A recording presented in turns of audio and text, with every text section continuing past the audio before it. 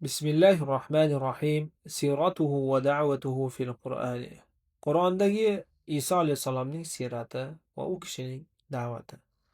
Waqra'u wasfahu ta'ala li siratihi va da'vatihi. Alloh taoloni Iso alayhisalomning siratini, ya'ni hayotini va da'vatini sifatlashligini o'qingiz, deyapti. Fi qawlihi ta'ala, Alloh taolaning shu so'zida: Estaizu billahi minash shaytonir rojim.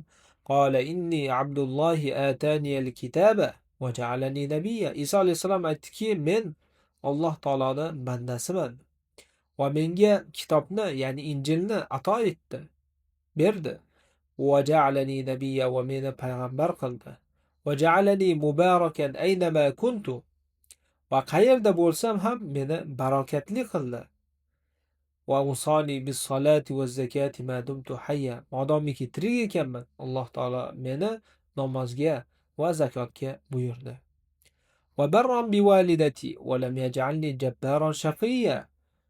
Onamga meni mehribon qildi, barron yaxshilik qiluvchi qildi va meni jabbor, ya'ni nima deydi, zolim yoki jabr qiluvchi va badbaxt qilmadi.